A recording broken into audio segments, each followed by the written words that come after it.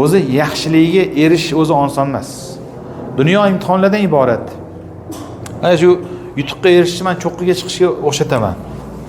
Cho'qqi. Nimasi o'xshaydi? Tushish oson. Hop, yana chiqish qiyin, tushish oson. Lekin chiqish oson. Bu yog'ini aytinglar, nima qiyinligini? Ushlab turish. Ha, barakalla. Mana bu yerda sabot bilan tura olish qiyin mana bu yerda. Chiqib ketaverasiz. Mana tog'ga chiqqanini bilasizmi? Orqaga qaramasdan chiqib ketaverasiz. Azroq dam olasiz, charchaysiz, chiqib ketaverasiz. Lekin chiqqandan keyin endi ayniqsa cho'qqi balandroq joyda ko'zingiz tim ketmasdan mana shunday gandiraylamasdan tura olish bu qiyin narsa. Bu moddiy tarafdan ham to'g'ri kelar ekan, qarang. Ma'naviy tarafdan ham to'g'ri kelar ekan. Mana shuni yaxshilab bilib olishimiz kerak. Boyish osondir. Lekin boygandan keyin insoniyligini yo'qotmaslik qiyin.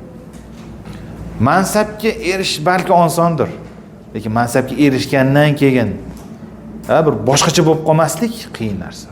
Juda ham qiyin. Evlagan odam albatta najot topadi. Ilm ham shunaqa. Ilm o'zi qiyin, juda ham igna bilan quduq qazish deydi. Quduqni belkurak lapatgan bilan qaziganda ham qancha mashaqqat. Endi igna bilan umuman iloji yo'q.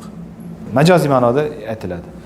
Lekin ilm olib bo'lgandan keyin o'zgarib qolmaslik qiyin. Unga amal qilish qiyin va uni saqlab turish qiyin. Doim xotirada takrorlash kerak, yomon ishlardan tiyilish kerak. Chunki bitta yomon ishingiz ham hamdan barakani ketkazaveradi. Nimadir yodlagan narsangiz chiqaveradi. Bu bor narsa. Shuni yaxshilab bilib olinglar. Ilm olish degani faqat o'qib o'rganish, anaqa moddiyat bilan bog'lab qo'ymaydi. Mana bu taraflari bor.